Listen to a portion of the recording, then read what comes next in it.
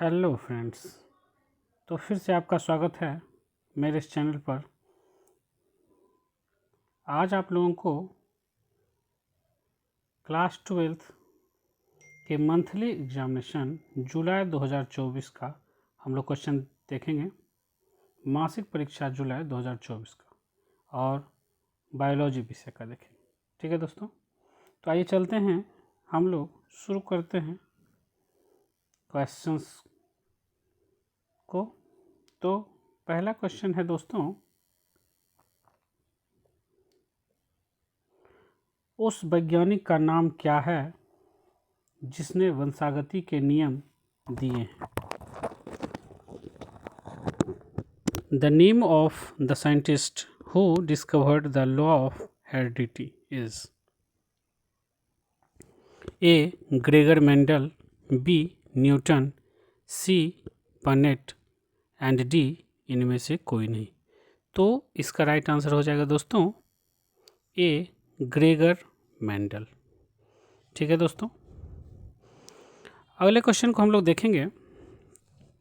Question number 2 को, वंशागति का गुणसूत्री सिद्धांत किसने प्रस्तुत किया। ए मेंडल ने, बी सटन एंड बोवेरी ने, सी रेजिनेल्ड ने, डी बोवेरी ने। तो इसका राइट आंसर हो जाएगा दोस्तों option number B Sutton and Boveri ने। इसी प्रकार से क्वेश्चन नंबर हम लोग तीसरे क्वेश्चन की तरफ बढ़ते हैं और देखते हैं। हीमोफीलिया है, हीमोफीलिया इज ए मेंडेलियन विकार, बी गुणसूत्री विकार, सी ए और बी दोनों, डी इनमें से कोई नहीं। तो इसका राइट आंसर हो जाएगा दोस्तों ए मेंडेलियन विकार। क्वेश्चन नंबर 4 की तरफ हम लोग बढ़ते हैं। डीएनए की मरम्मत होती है। DNA repairing is done by A DNA polymerase first द्वारा, बी डीएनए पॉलीमरेज सेकेंड द्वारा, सी लाइगेज द्वारा एंड डी ए और सी दोनों द्वारा। तो इसका राइट आंसर हो जाएगा दोस्तों ए डीएनए पॉलीमरेज फर्स्ट के द्वारा। अगला क्वेश्चन हम लोग देखते हैं, क्वेश्चन नंबर 5 को। आणविक जीव विज्ञान के सेंट्रल डोगमा के अंतर्गत आता है।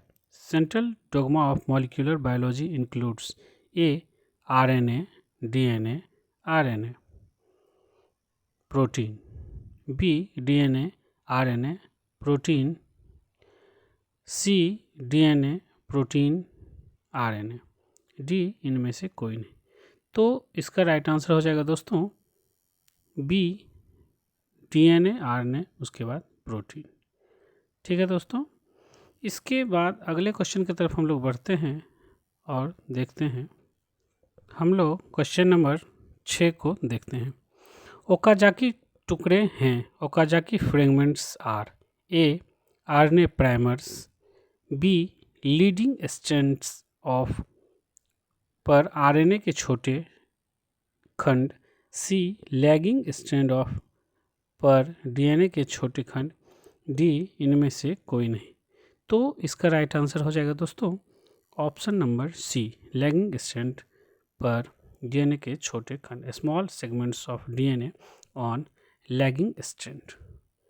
अगले क्वेश्चन की तरफ हम लोग बढ़ते हैं और देखते हैं 7 नंबर क्वेश्चन। लैक ओपेरॉन का घटक नहीं है। Which one is not the component of lac operon?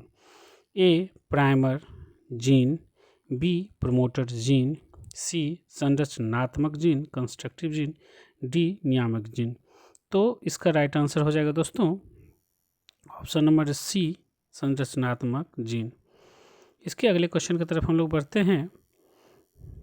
8वें number question को देखते हैं। 8 नंबर क्वेश्चन, न्यूक्लियोसाइड है। न्यूक्लियोसाइड इज ए नाइट्रोजनी क्षार प्लस शर्करा, बी नाइट्रोजनी क्षार प्लस शर्करा प्लस फॉस्फेट, सी शर्करा प्लस फॉस्फेट, डी नाइट्रोजनी क्षार प्लस फॉस्फेट। तो इसका राइट आंसर हो जाएगा दोस्तों option number A sugar plus nitrogenous base. इसी प्रकार से अगले क्वेश्चन को हम लोग देखते हैं 9th नंबर क्वेश्चन। आरएनए अणु के दो सिरे कहलाते हैं, ए 3 एंड तथा 5 एंड, बी रिड्यूसिंग तथा नॉन रिड्यूसिंग छोर, सी एन टर्मिनल तथा सी टर्मिनल, डी प्रति समानांतर छोर। तो इसका राइट आंसर हो जाएगा दोस्तों ए 3 डैश तथा 5 डैश। तो 10वें नंबर क्वेश्चन की तरफ हम लोग बढ़ते हैं। प्रारंभिक कोडोन या प्रारंभन codon, initiation codon is A triple U, B A U G, C U A G, D U G A. इसका राइट आंसर हो जाएगा ए यू जी। 11वें नंबर क्वेश्चन की तरफ बढ़ते हैं। एंजाइम जो अनुलेखन में भाग लेता है वह है, the enzyme involved in transcription is. तो A DNA polymerase first, B DNA polymerase second, C RNA polymerase, D DNA polymerase third. तो इसका राइट आंसर हो जाएगा दोस्तों option number C RNA polymerase. 12 number question, कौन सा मुख्यतः अनुलेखित होता है, which one is mainly transcribed, A केवल आरएनए अनुक्रम, बी मध्य पुनरावृत्ति डीएनए अनुक्रम, सी उच्च पुनरावृत्ति डीएनए अनुक्रम, डी डीएनए अनुक्रम की एकल कॉपी।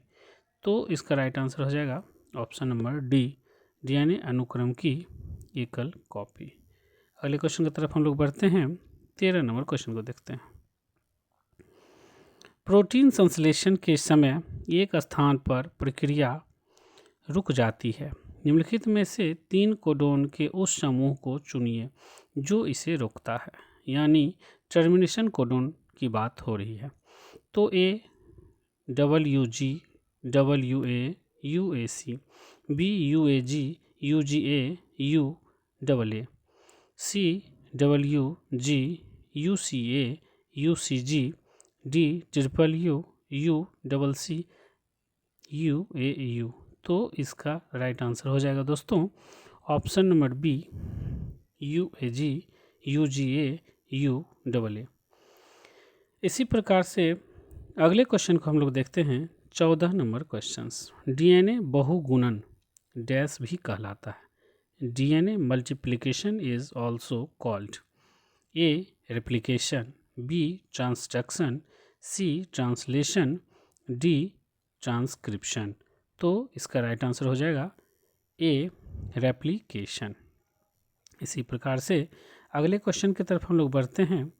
15 नंबर क्वेश्चन को देखते हैं।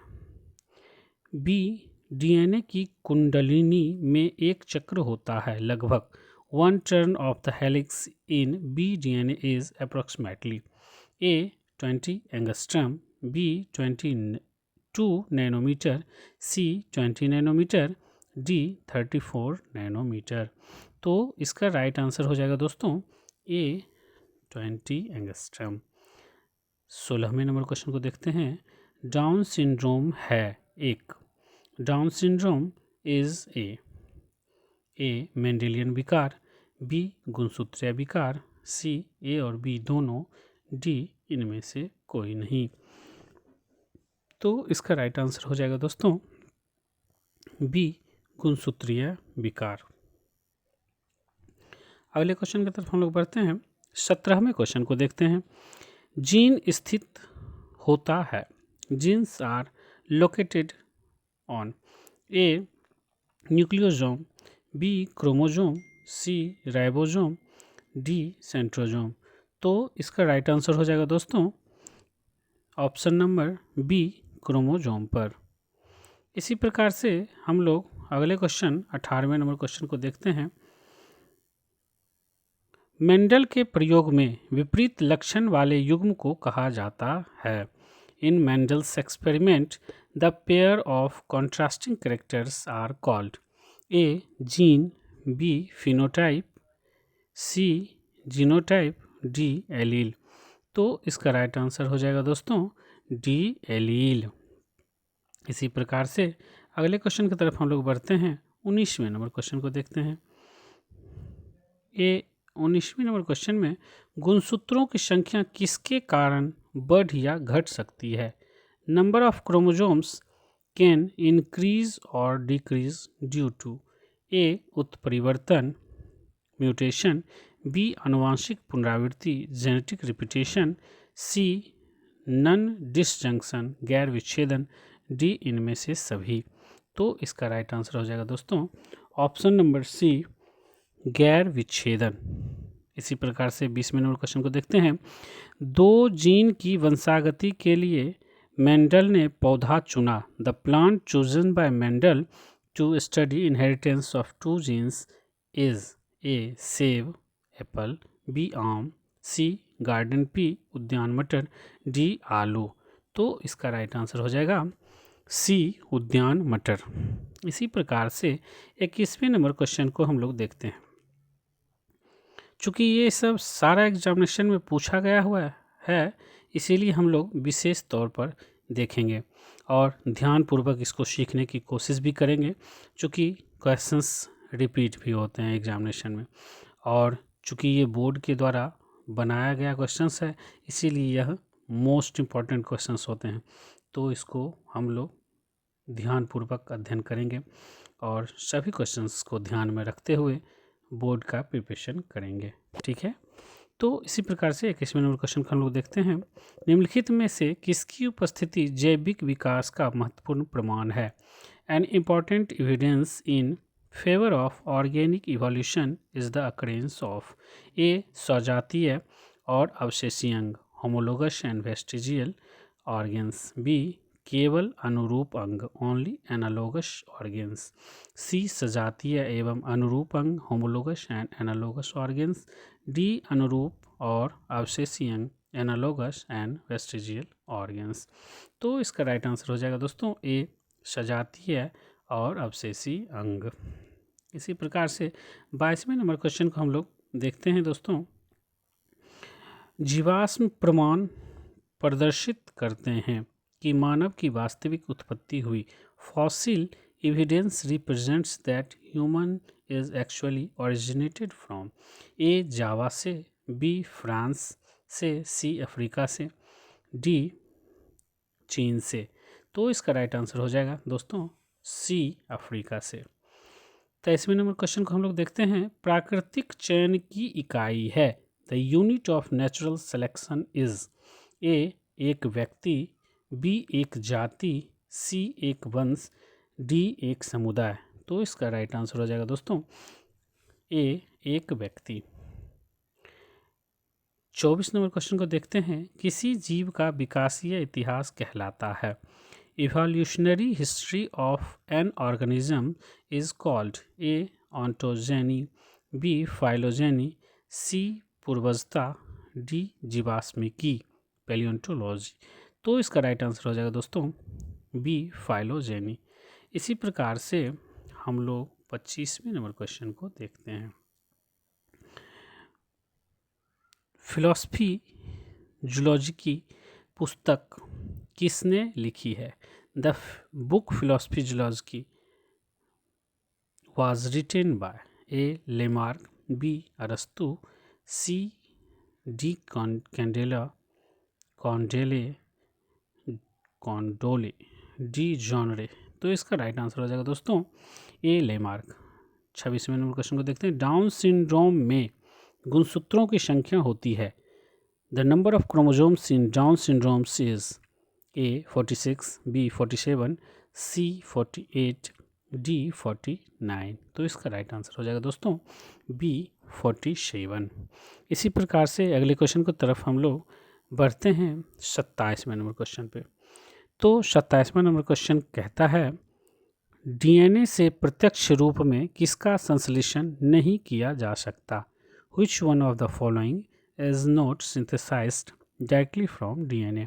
ए mRNA का, बी tRNA का, सी rRNA का, डी प्रोटीन का। तो इसका राइट आंसर हो जाएगा दोस्तों डी प्रोटीन का। 28 नंबर क्वेश्चन को हम लोग देखते हैं। ट्रांसपोजोन्स पाए जाते हैं। Transposons occurs in A eukaryote में, बी प्रोकैरियोट में, सी ए और बी दोनों में, डी इनमें से कोई नहीं। तो इसका राइट आंसर हो जाएगा दोस्तों सी ए और बी दोनों में, यानी प्रोकैरियोट और यूकैरियोट दोनों में। तो अगले क्वेश्चन की तरफ हम लोग 29वें नंबर क्वेश्चन को देखते हैं दोस्तों। लैक ऑपेरॉन में लैक्टोज कार्य करता है। In lac operon lactose acts as a प्रेरक का यानी ए कैटेलाइजर, बी सहप्रेरक, ए को कैटेलाइजर, सी दमनकार का, ए रिप्रेशर, डी सह दमनकार का, ए को रिप्रेशर। तो इसका राइट आंसर हो जाएगा दोस्तों ऑप्शन नंबर सी ए रिप्रेशर दमनकार का। इसी प्रकार से हम लोग लास्ट क्वेश्चन को देखेंगे, क्वेश्चन नंबर 30वें को देखते हैं। तो इसमें हम लोग प्रतिकोडोन स्थल स्थित होते हैं।